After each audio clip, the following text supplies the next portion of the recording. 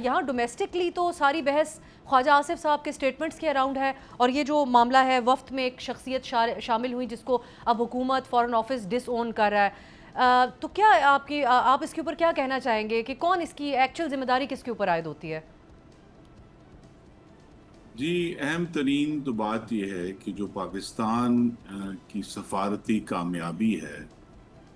اصل اور دائمی خبر تو وہی ہے جس میں اس وقت پاکستان نہ صرف امریکہ کے ساتھ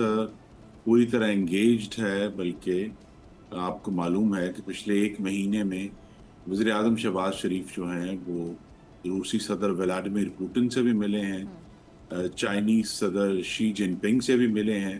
اور اب امریکہ کے صدر ڈونلڈ ٹرمپ سے بھی ملے ہیں۔ تو وہ جو پاکستان کی سفارتی کامیابی ہے وہ تو اپنی جگہ پر موجود ہے۔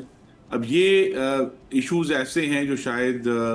ہمارے لوکل میڈیا کے لیے تو مسالے دار ہیں، لیکن اس سے پاکستان کی جو سفارتی کامیابی ہے اس میں کوئی کمی نہیں آتی۔ یہ ضرور ہم کہہ سکتے ہیں کہ ان ایشوز کو بہتر مینج کرنا چاہیے تھا۔ خواجہ صاحب مسلم لیگ نون کے سینئر ترین رہنماؤں میں سے ایک ہیں،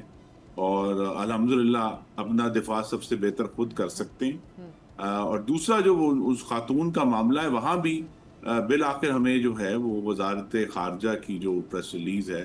اسی پر ہی قیاس کرنا ہوگا۔ ان محترمہ نے بھی اپنی کوئی بات کی ہے، لیکن میں تو سچ یہ ہے کہ انڈیویجولز کو ڈسکس کرنے کی بجائے پاکستان جو ابھی یہاں تک کہ ایک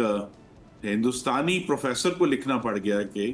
از ان اے ڈپلومیٹک سویٹ اسپاٹ، تو یہ جو سویٹ اسپاٹ ہے اس کا تجزیہ زیادہ اہم ہے۔ سبسکرائب کریں اور بیل دبائیں تاکہ کوئی خبر رہ نہ جائے۔